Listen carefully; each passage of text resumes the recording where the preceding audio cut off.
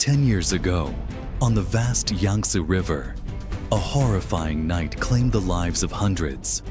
A cruise ship carrying more than 400 passengers suddenly capsized in less than a single minute. Screams of desperation, hands clawing for survival in the whirlpool, and countless tragic stories were swallowed along with the vessel. What really happened that night? How could such a disaster unfold in the heart of China's busiest waterway? And more importantly, what secrets did the government bury afterward? This is the story of the Eastern Star, the deadliest shipwreck in decades in the People's Republic of China. And as always, before we dive in, to help the ADB Mysteries channel grow, please give us a like and subscribe if you haven't already. Now, let's begin.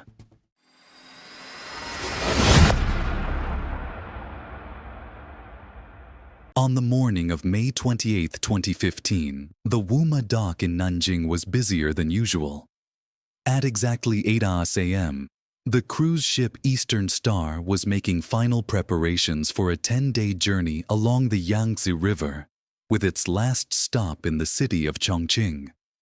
Launched in 1994, the vessel was once hailed as the pride of Chongqing Eastern Shipping Company's 6-ship fleet. Measuring 76.5 meters long, 11 meters wide, 3.1 meters high, and weighing 2,200 tons, the Eastern Star was essentially a floating 4-story hotel with a capacity of 534 passengers. The ship was divided into 3 cabin classes: 44 first class, 184 second class, and 306 third class cabins, each with beds, desks, bathrooms, and wardrobes. Comforts designed for a long river voyage. Originally, the ship had the profile of a typical passenger vessel, with a flat bow and twin corridors along its sides. But to meet growing demand for luxury cruises, it underwent 2 major renovations, one in 1997 and another in 2008. The hull was extended by 11 meters, and the side corridors were removed to increase cabin space. These changes made the ship appear more upscale, but they also introduced hidden structural risks. For years, the Eastern Star was a popular choice for sightseeing cruises in the famed Three Gorges region.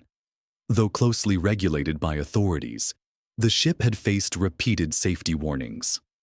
In 2013, it, along with 5 other vessels, was fined by the Nanjing Maritime Bureau for violating safety standards, forcing the company to pledge corrective measures. Seemingly minor details, but in hindsight, they became critical pieces of the puzzle that would later explain a national tragedy. On that fateful day, 454 people were aboard the Eastern Star. Among them, 403 passengers, 46 crew members, and 5 tour company staff. All were Chinese citizens, hailing from provinces like Shanghai, Jiangsu, and Tianjin.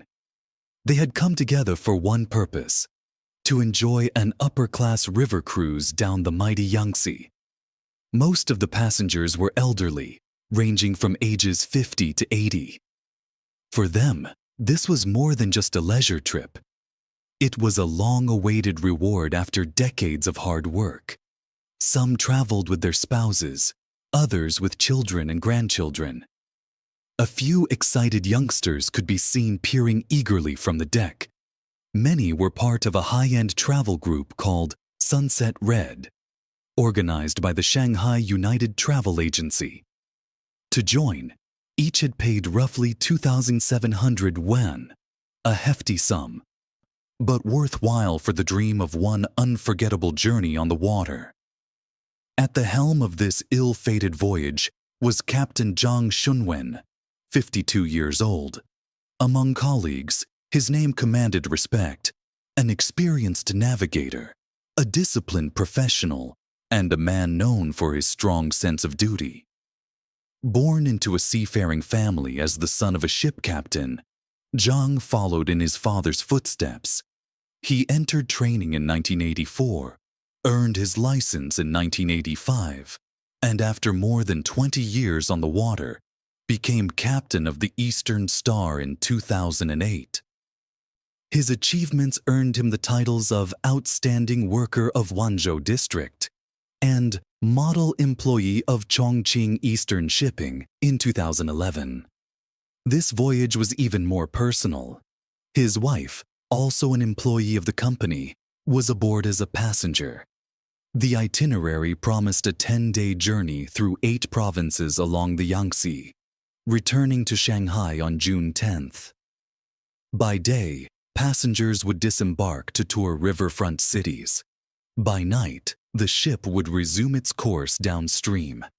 On May 28th, at 1 p.m., after completing all preparations, the Eastern Star left Wuma Dock carrying 30 tons of fuel, 17 tons of fresh water, and 3 tons of auxiliary supplies.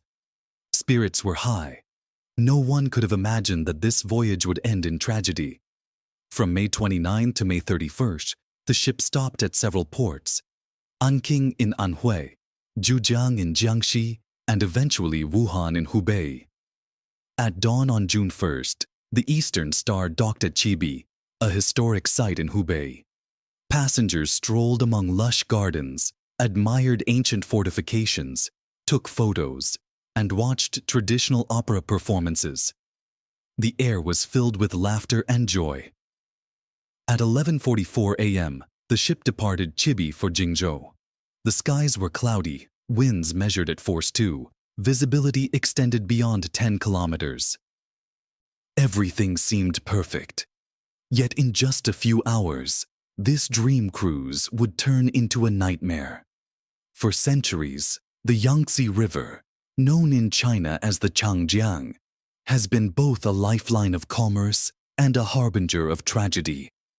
Thousands of lives have been lost to its floods and frequent maritime disasters. As recently as January 2015, another vessel sank near Jingjia and Changjia port, claiming the lives of 8 foreign tourists.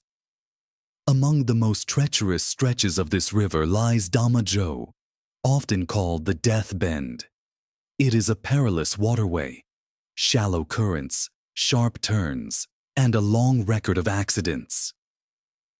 Despite repeated dredging and reconstruction efforts by authorities, the river becomes a deadly trap during flood season. Regulators constantly issued warnings, urging captains to exercise extreme caution when navigating this bend. On the evening of June 1, 2015, at 5:30 p.m., the night watch began. First Officer Liu Shanluo, helmswoman Li Mingyuan, and sailor Li Changhua took over the bridge. The ship's speed was steady at 14 kilometers per hour. The skies were gray, heavy clouds gathered, winds measured only force 2, and visibility remained at about 6 kilometers. Everything appeared routine. At 6:01 p.m., dinner was served. On the tables were simple dishes: braised fish, green beans, eggs, and fried potatoes. The atmosphere was calm. Some passengers ate slowly, others strolled along the deck to enjoy the river scenery, and many retired to their cabins for rest. Nobody realized this tranquility was merely the calm before the storm. At exactly 7 p.m., a news broadcast warned that severe weather was moving toward Hubei province. Urgent alerts from the Meteorological Bureau echoed repeatedly across the region, cautioning vessels in the area. Overhead, the clouds thickened ominously. Meanwhile, at the Damazhou Bend, another ship, the Zhanghang Jiangning, was making its way upstream. On its radar, the captain spotted an unusual storm cell about 1,500 meters ahead. Sensing danger, he immediately ordered a reduction in speed and prepared to anchor. At 9:07 p.m., he sent a warning message directly to the Eastern Star. "We have reduced speed and are preparing to anchor for stability. If the weather worsens, we will hold position just ahead." the warning reached the Eastern Star's bridge. Yet instead of reducing speed or preparing to anchor, the crew pressed forward, maintaining course as if nothing were amiss. It was a seemingly minor decision, but one that would steer the ship and hundreds of lives aboard directly into the jaws of death. 9:10 p.m. The skies suddenly roared with thunder. The wind shifted violently from south to northwest, lashing the river's surface like a whip. Rain began to fall, first in light drops, then in sheets. On deck, sailors sprinted through the corridors, shouting commands as they slammed windows shut and dragged bunks away from leaking cabin walls. 9:19 p.m. The storm intensified at alarming speed. Captain Zhang Shunwen rushed to the bridge and assumed direct command. By 9:21 p.m., wind gusts had surged to nearly 24.6 meters per second, the equivalent of force 10. Visibility dropped sharply, and lightning ripped across the sky, illuminating the river in blinding flashes. Recognizing the danger, Zhang ordered the engines slowed. The rudder turned slightly to port, and the bow aligned against the wind in preparation to anchor on the starboard bank. At that moment, the vessel still moved at 12 km/h. Inside, furniture toppled with a crash. Passengers clung to walls and each other in growing panic. 9:22 p.m. The ship turned left, slowing to 7.5 km/h. 1 minute later, it slowed further to just 2.2 km/h, nearly at a standstill. But then, without warning, a violent gust slammed broadside into the ship, shoving it backward toward the starboard side. Speed in reverse climbed rapidly, first to 4 km/h, then 5.6. Alarmed, the captain ordered the rudder hard to port, desperate to counter the drift. 9:25 p.m. At that critical instant, the river bend was struck by a monstrous squall, force 12 to 13, with winds reaching 32 to 38 meters per second. Rain poured in torrents, nearly 100 millimeters within minutes. From the starboard side, the storm pummeled the ship, soaking even cabins with windows already sealed shut. 9:28 p.m. Two officers, Cheng Lin and Dan Jian, burst into the bridge. Both froze in disbelief. Never in their careers had they witnessed such a ferocious storm. By 9:29 p.m., the reverse drift slowed briefly to 4 km/h, but the gale continued to twist the vessel, exposing more surface to the wind. The ship began to lose balance. Within seconds, its backward speed spiked again to 6 km/h. Water surged into the engine room. Lights flickered, then died. The engines cut out. The bridge plunged into darkness. Moments later, the vessel rolled sharply to starboard, then capsized completely. On radar screens nearby, its AIS and GPS signals vanished instantly.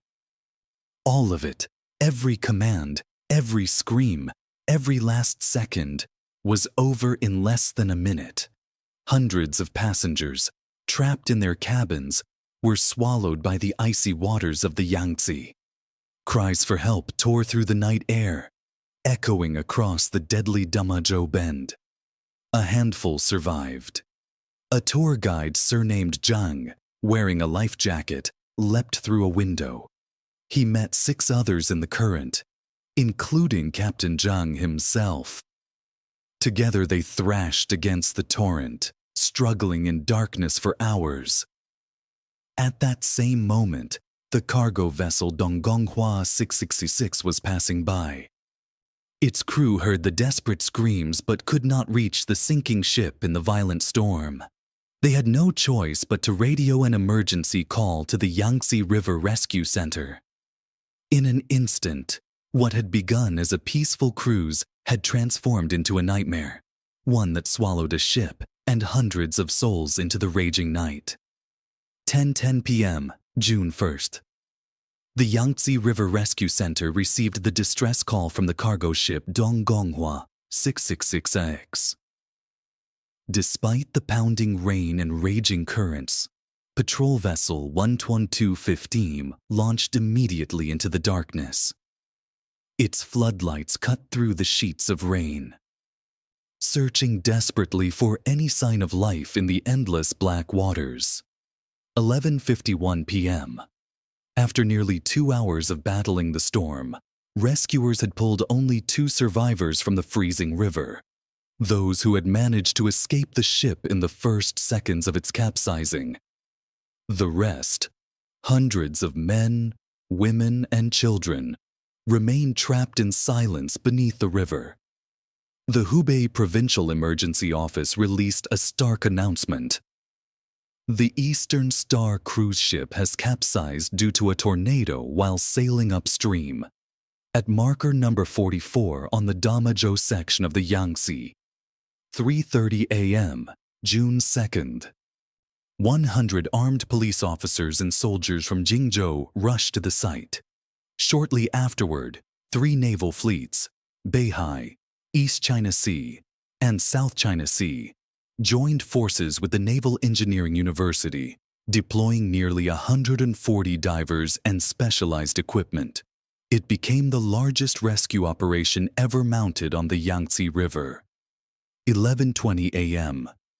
13 divers from the Naval Engineering University and the local Waterway Bureau entered the wreck.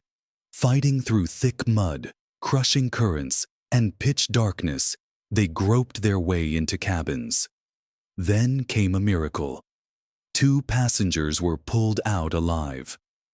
To aid the rescue, the Yangtze River Commission ordered the Three Gorges Dam to reduce its discharge flow 3 times, from 17,200 cubic meters per second down to just 7,000.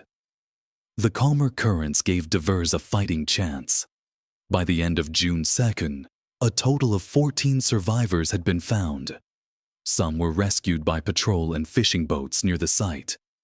Others drifted as far downstream as Yueyang, Hunan Province. Most had escaped in the first moments of the capsize. Only 2 had been saved from inside the hull, a near impossible feat. Among those miracles was Yu Zhengwei, soon dubbed the luckiest man alive. He had already survived the devastating Sichuan earthquake of 2008, which measured 8.0 on the Richter scale. Now, against all odds, he had cheated death again on the Yangtze. Another story shocked the nation.